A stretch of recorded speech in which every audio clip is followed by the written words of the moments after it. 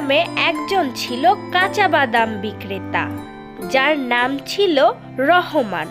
রহমান সাহেব একজন কাঁচা বাদাম বিক্রেতা ছিলেন, কিন্তু তার গানের গলা এমন ছিল যা বড় বড় গায়কদেরও হার মানায়।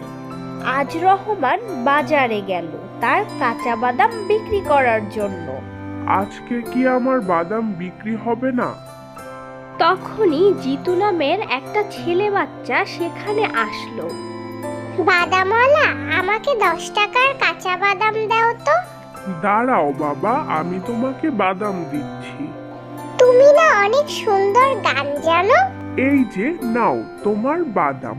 আর হ্যাঁ হ্যাঁ, অবশ্যই তোমাকে আমি গান শোনাবো। এই বলে রহমান তার কণ্ঠে গান শুরু করে দিল। তখনই বাজারের সকলে তার সামনে জড়ো হয়ে গেল এবং মুগ্ধ হয়ে তার গান শুনতে লাগলো। বাদাম আছে ভালো, মাথা চিরা চুল, সিটি গোল্ডের চুরি মালা দিয়ে, মোবাইলের বডি ভাঙা দিয়ে বাদাম। মোবাইলের বডি গুলো 5 টাকা দাম, হাতের তোরা পায়ের বালা থাকে যদি সিটি গোল্ডের চান দিয়ে যাবেন, তাতে সমান সমান তোমরা বাদাম পাবেন। বাদাম বাদাম দাদা কাঁচা বাদাম, আমার কাছে নাই গো বাবু ভাজা বাদাম, আমার কাছে পাবে শুধু কাঁচা বাদাম। রহমান মনে মনে ভাবল, ও বাবা, আজকে আমার গান শুনতে কত লোক এসেছে। আজকে তো আমার অনেক বেচা বিক্রি হবে মনে হচ্ছে। কিন্তু তার ঠিক উল্টোটা হলো। গান শোনার পরই যে যার কাজে চলে গেল, আর রহমানের একটা কাঁচা বাদামও বিক্রি হলো না। হে বিধাতা, তুমি কি কখনো আমার উপর মুখ তুলে তাকাবে না? এই কথা ভাবতে ভাবতে সে সোজা বাজার থেকে বাড়িতে চলে গেল। রহমানের বাড়িতে তার স্ত্রী সুমি এবং তার মেয়ে অনুরূপা থাকত। কি গো, আজও বাজার আনোনি? না গো, আজ মাত্র 10 টাকার বাদাম বিক্রি করেছি। তোমাকে বিয়ে করে আমার জীবনটাকে নষ্ট করে ফেলেছি। আমার মেয়েটাকেও ভালো কিছু দিতে পারো না। আমি তো চেষ্টা কম করছি না সুমি, একটু ধৈর্য ধরো, আমাদেরও হবে। সুমি খুব রাগ করে মুখ গোমড়া করে বসে রইল। কিন্তু রহমতের অবস্থার কোনোভাবেই উন্নতি হচ্ছে না। রোজ সে বাজারে যেত ঠিকই, সবাই তার কাছ থেকে গান শুনতো, কিন্তু কেউ তার কাছ থেকে বাদাম ক্রয় করত না। রহমত আজও দুঃখী মনে তার বাড়িতে ফিরে আসে এবং সে বাড়ি ফিরে আসার সাথে সাথে তার স্ত্রী সুমি তার সাথে ঝগড়া শুরু করে দিল। আমি তোমার সাথে আর থাকতে চাই না। আজই আমি আমার মেয়েকে নিয়ে আমার বাপের বাড়ি চলে যাব। আমাকে একটা সুযোগ তো দাও, আমি আর তোমাদের কষ্টে রাখবো না। না, আমি আর তোমার ভাত খাবো না। এই বলে সুমি তার মেয়েকে নিয়ে তার বাপের বাড়ি চলে যায়, আর এদিকে রহমান মনের দুঃখে বসে বসে কান্না করতে লাগলো। এবং কান্না করতে করতে সে মনের দুঃখে একটা জঙ্গলের দিকে চলে গেল এবং একটা সময় সে গাছের নিচে বসে কান্না করতে করতে মনের দুঃখে গান গাইতে লাগলো। তোরা পায়ের বালা তাকে যদি সিটি গোল্ডের চেন দিয়ে যাবেন, তাতে সমান সমান আপনারা বাদাম পাবেন। বাদাম বাদাম দাদা কাঁচা বাদাম, আমার কাছে নাই কবু ভাজা বাদাম, আমার কাছে পাবে শুধু কাঁচা বাদাম। সেই গাছের বাস করত একটা পরী। পরীটা ঘুমান্ত অবস্থায় ছিল। ঘুম থেকে জেগেই সেই পরীটা মনে মনে ভাবতে লাগলো, আহ, কি মিষ্টি মধুর সুরে কে গান গাইছে এভাবে। পরী গাছের নিচে বসে থাকা রহমতকে গান গাইতে দেখতে পেল। রহমত গান গাওয়ার পর চিৎকার করে কান্না করতে লাগলো আর বলতে লাগলো, কেন আমার বাদাম বিক্রি হয় না? আমি কি এমন দোষ করেছি যে আমার বউ বাচ্চারাও আমাকে ছেড়ে চলে গেল? আমি এখন কি নিয়ে বাঁচবো? এর থেকে তো আমার মরে যাওয়াই ভালো।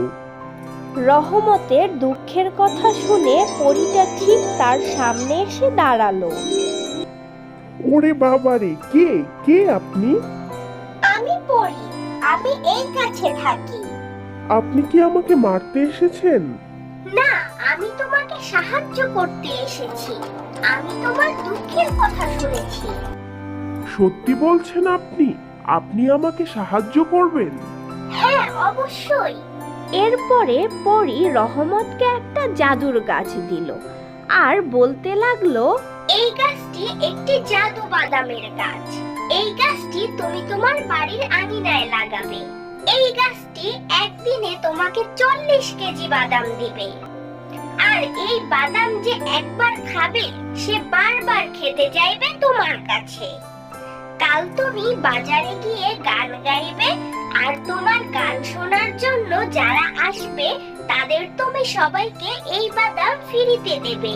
কারণ পরের দিন তারা তোমাকে এই বাদামের জন্য খুঁজবে, আর তাদের কাছে তুমি বাদাম বিক্রি করে অনেক টাকা আয় করতে পারবে, আর যা দিয়ে তোমার সারা জীবনের দুঃখ কষ্ট দূর হয়ে যাবে।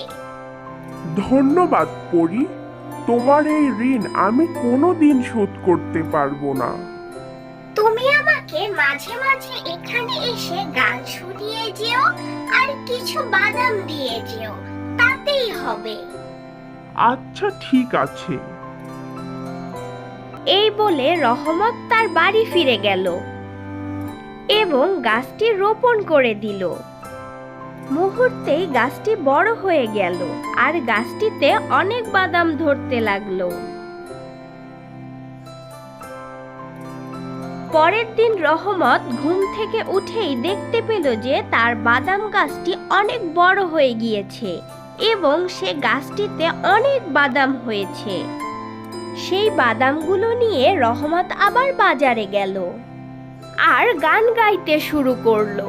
প্রতিদিনের মতো সবাই আবার জড়ো হয়ে গেল রহমতের গান শোনার জন্য এবং রহমতও সবাইকে ফ্রিতে বাদাম খেতে দিল। সবাই বাদাম খেয়ে খুব খুশি হলো আর বলতে লাগলো, এত মজার বাদাম তো আমি কোনোদিনও খাইনি। পরের দিন যখন রহমত বাদামগুলো তুলে নিয়ে বাজারে গেল তখন দেখতে পেল অনেক আগে থেকেই সবাই তার জন্য অপেক্ষা করছে। আরে রহমত, তুমি এসেছো? আজকে কি ফ্রিতে বাদাম দেবে না? না না, আজকে তো আমি বাদাম বিক্রি করতে এসেছি। কালকে আমার মনটা খুব ভালো ছিল, তাই সবাইকে বাদাম ফ্রিতে দিয়েছি। আচ্ছা আচ্ছা, বাদামের কেজি কত করে? 1 কেজি 200 টাকা, কারণ এটা হচ্ছে পৃথিবীর সব থেকে মজার বাদাম। আচ্ছা আচ্ছা, তুমি আমাকে 2 কেজি বাদাম দাও তো। এভাবে রহমতের সব বাদাম বিক্রি হয়ে গেল। এভাবেই রহমত ফ্যাক্টরি গড়ে তুলল। রহমতের এত উন্নতি শুনে তার স্ত্রী আবার তার কাছে ফিরে আসলো। আমি তোমার কাছে আবার ফিরে এসেছি, আমি যে তোমাকে বড্ড ভালোবাসি গো।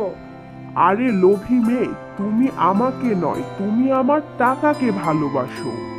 সুমি মাথা নিচু করে থাকলো। এরপর রহমত বলল, আমি তোমাকে মাফ করে দিলাম। শুধুমাত্র আমাদের সন্তানের জন্য আজ থেকে আমরা এখানে সবাই সুখে শান্তিতে বাস করব। আর এভাবেই রহমত মিয়া সুখপুর গ্রামে রহমত বাধ্যকর নামে পরিচিত এবং প্রতিষ্ঠিত একজন ব্যবসায়ী।